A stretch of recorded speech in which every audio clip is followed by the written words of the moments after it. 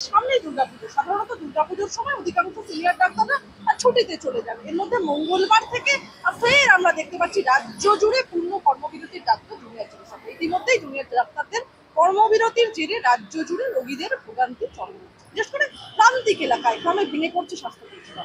এবার আরো একবার তারা কর্মবিরতিতে যাওয়ায় সাধারণ মানুষের সমস্যা আরো বাড়বে বলে আশঙ্কা করা হচ্ছে। কি বলবো?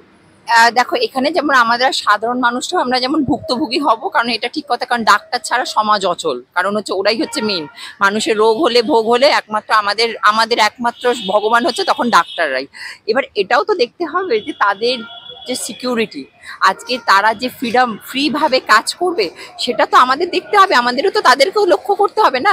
তারা যখন তাদের জীবনটাকে স্যাক্রিফাইস করছে আমাদের জন্য, এটা আমাদেরও তো উচিত তাদের সিকিউরিটিটা দেওয়ার। কারণ আজকে তাদের উপর আমরা যখন হামলা করছি, মামলা করছি, তাদের উপর শব্দ করছে, তাহলে তারা তারা কি করবে?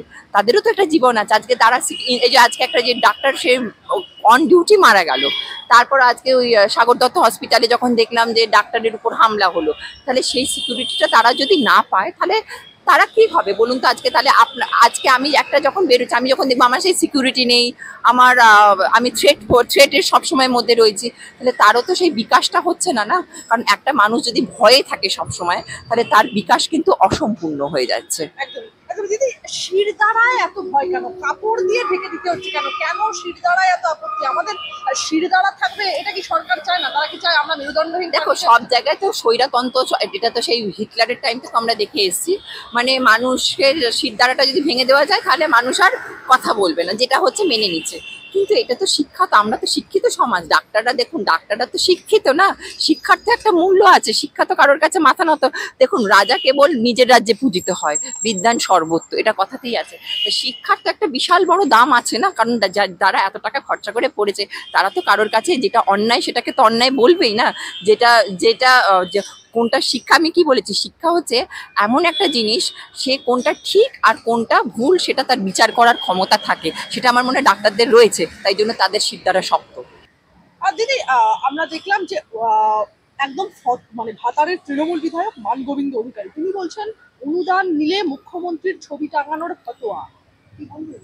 না, এটা ঠিক না, এটা পুরোপুরি তাহলে আমার এটা আদৌ মুখ্যমন্ত্রী বলেছে কিনা সেটা একটা সন্দেহজনক। এবার কি হচ্ছে, অনেক সময় ধরুন মুখ্যমন্ত্রী তো বলেইনি, এবার অন্যান্যরা যে যার মতো করে একটা করে জুড়ে দিচ্ছে। হয়তো মুখ্যমন্ত্রী এই জিনিসটা তো হয়তো আমি জানি না উনি বলেছেন কিনা, তবে অনেকে এই জিনিসটা করছেন। তবে এটাও হ্যাঁ, কেন ওনার এটা তো সরকারি অনুদান, এটা তো সবার সাধারণ মানুষের ট্যাক্সের পয়সা থেকে যাচ্ছে না।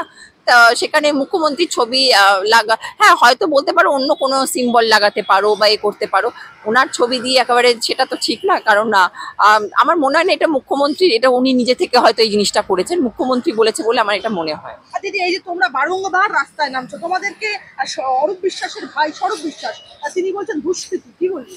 না, যদি আন্দোলন, দেখুন আন্দোলনকারী যখনই যারা আন্দোলন করে, যারা সমাজের চিরাচরিত প্রথাকে ব্রেক করতে চায়, স্টিরিওটাইপ প্রসেসকে ব্রেক করতে যাবে, তখন তাদের গায়ে সবসময় তকমা দেওয়া হয়েছে। যখন বিদ্যাসাগর বিধবা বিবাহ রদ করতে গেছিল আপনার রাজা রামমোহন রায় সতী, তখন তো সতীদাহ তো অ্যালাউ ছিল না আমাদের সোসাইটিতে।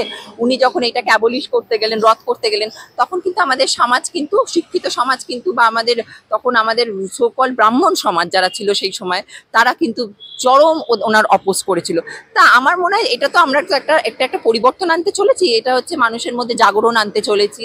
তা সেক্ষেত্রে এটা তো তারা যদি এরকম ধরনের আমাদের উপর তকমা দিয়ে থাকেন, দুষ্কৃতি আমরা এ করছি, তারা দিচ্ছে দিকে, কিন্তু আমরা সত্য কারোর কাছে মাথা নত করে না। একদম। আর দিদি, দলের বড় কোপ রাজন্যার উপরে সরানো হলো যাদবপুর বিশ্ববিদ্যালয়ের টিএমসিটির কমিটি। না, এটা আমি দলের কোপ বলবো না এই ক্ষেত্রে, কারণ রাজন্যা যেটা করেছে সেটা সমর্থনযোগ্য নয়। কারণ হচ্ছে রাজন্যা এখন এই সুযোগে নিজের মানে টাকা পয়সা কামানোর জন্য ও একটা সিনেমা বার করে দিল, এটা তো ঠিক না। কারণ এটা একটা খুব সেন্সিটিভ ইস্যু।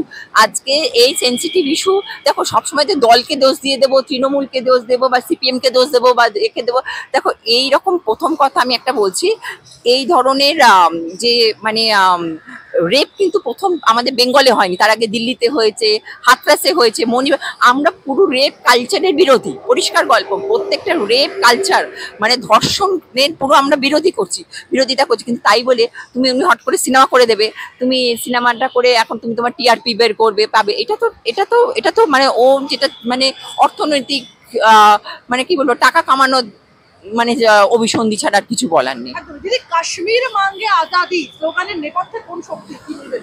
দেখো এখানে কোন শক্তি না, এটা আমি সেটা বলবো না, এইটা আমি কখনোই আমি মানবো না। কারণ হচ্ছে কাশ্মীর মাঙ্গে আজাদি এই জিনিসটা এই ক্ষেত্রে একটা বড় প্রবলেম হচ্ছে। কাশ্মীর এটার সাথে অভয়ের এই আন্দোলনের সাথে এটা কখনোই এটাই রিলেভেন্ট। এটা তারা তাদের রাজনৈতিক মতটা এখানে জুড়ে দেওয়ার চেষ্টা করছে। এটা আমি বলবো অভয়া আমরা পরিপূর্ণ শুধু অভয়ের আন্দোলনে, নারী সুরক্ষা, নারী আন্দোলন। দেখুন আজকে একটা কান্ট্রিতে আমি একটা বলে থাকি, আমরা আজকে যে কোনো কান্ট্রি সেক্স রেশিওর উপর বেস করে, মানে হচ্ছে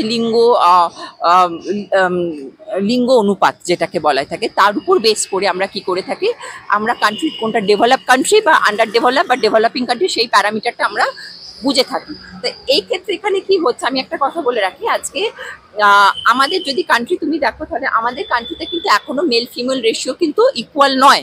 কারণ কোথাও কিন্তু ফিমেল নাম্বার কিন্তু যথেষ্ট কম। তার মধ্যে আবার এখনো আমরা যতই বলি আমরা এডুকেশন পাচ্ছি, কিন্তু গ্রামের দিক থেকে শুরু করে এখনো মেয়েদের উপর অনেক বৈষম্য, মেয়েদের উপর এখনো কি হচ্ছে অনেক জোর জুলুম, সেগুলো কিন্তু চালনা হচ্ছে। শুধু যে রেপ হচ্ছে তা নয়, মানসিক রেপ হতো। এটা রেপ মানে যে শুধু ফিজিক্যাল রেপ হচ্ছে তা নয়, প্রতিনিয়ত একটা মেয়ে কিন্তু মানসিক রেপেরও শিকার হচ্ছে। রেপ মানে কি, সেটা নির্যাতন, সেটা শারীরিক হোক আর মানসিক হোক। দেখবেন একটা মেয়ে হয়তো পড়াশোনা করতে চাইছে, তাকে বাড়ি থেকে জোর করে বিয়ে দিয়ে দেওয়া হচ্ছে। এটাও তো এক ধরনের, মানে তার উইলের এগেনস্টে সেই মেয়েটা হয়তো চাইছে যে আমি আরেকটু পড়াশোনা করব, আমি আরেকটু করব, সে স্বাধীন থাকতে চাইছে, তাকে জোর করে বিয়ে দিয়ে দেওয়া হচ্ছে। কম বয়সে সে বোঝার আগেই তাকে বিয়ে দিয়ে দেওয়া হচ্ছে। এই জন্য আমরা এই রেপ কালচারের, যে কোনো রেপ কালচার, যাতে আমি চাই প্রত্যেকটা মেয়ে যেন তারা যেন সেই জায়গাটা আইডেন্টিফাই করুক। কারণ প্রত্যেকটা মেয়ে হচ্ছে দুর্গা শক্তি। সেই দুর্গা শক্তি যেন আমাদের দেশের, যেন আমাদের ভারত মাতা, সেই মাতার যেন সেই দুর্গা শক্তি যেন সবার মধ্যে জাগরিত হোক, এবং প্রত্যেকের মধ্যে যেন যখন মানুষের মধ্যে প্রপার জ্ঞান চলে আসবে, তখন আমরা সেই সত্য যুগে আবার চলে যাব। দিদি, আমার এর পরের যে প্রশ্ন এবং যাকে নিয়ে প্রশ্ন, রচনা বন্দ্যোপাধ্যায় কিছুদিন আগেই বলেছিলেন কুইন্টাল কুইন্টাল জল বেরিয়ে আসছে, আর তাকে আক্রমণ সারাতে গিয়ে দীপশিখা ধর কিউসেককে কুইশেক বলে একটি ভিডিও ভাইরাল হয়ে গেল, কি বলবেন? দেখো সেটা এখন বলে ফেলেছে, আর কি করবে, রচনা বলে ফেলেছে আর কি করবে। এই তোমাদের আর কোনো কাজ নেই, তোমরা খালি যখনই আমাকে দেখো রচনা আর সায়নী, না না, দর্শক চাইছে যাও সায়নীর বাড়ি যাও, রচনার বাড়ি যাও, তোমরা যখনই যে রিপোর্টার বন্দ্যোপাধ্যায় দিদি একজন জনপ্রতিনিধি, তিনি বলছেন কুইন্টাল কুইন্টাল জল বেরিয়ে আসছে। কুইন্টাল কুইন্টাল বলেছে, যেমন ও যাও রচনার বাড়িতে যাও, রচনাকে মাপ শিখিয়ে আসো, হয়তো কেজি, আসল কথা কেজি করতে গিয়ে ওই জন্য কেজি শুনেছে, তো ওর জন্য লিটারটা ওর মাথায় নেই যে কোনটা কিউসেক আর কোনটা লিটার, ওকে প্রাইমারি স্কুলে পাঠিয়ে দেওয়া উচিত। আর দিদি, হুমায়ুন কবির তিনি বলছেন নেত্রীর নিষেধও শুনবো না, 50টা ডাক্তারকে ঘরে ঢোকাতে 2 মিনিট লাগবে আমার, কি বলবেন? এটাকে গঙ্গায় কেটে ভাসিয়ে দেওয়ার কথা বলছেন। কে বলেছে গঙ্গায় কেটে ভাসিয়ে দেবো? হুমায়ুন কবির। তাহলে ওনার ডাক্তারগুলোকে যদি গঙ্গায় কেটে ভাসিয়ে দেয়, তাহলে আমাদের চিকিৎসা কে করবে? উনিও যদি অসুস্থ হয়, তাহলে চিকিৎসাটা কে করবে? সেটা ওনার বোঝা উচিত। তাহলে 5 জনের বেশি জমায়েত করা যাবে না, কি বলবেন?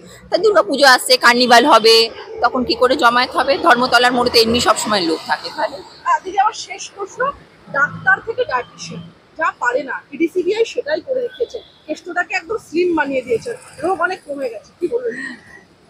দেখো এটা তো মানে কি বলবো, একদিকে ভালো, ওনার শরীরটা ফিট হয়ে গেছে, ভিতরে গিয়ে নিজের চেতনাও বেড়েছে।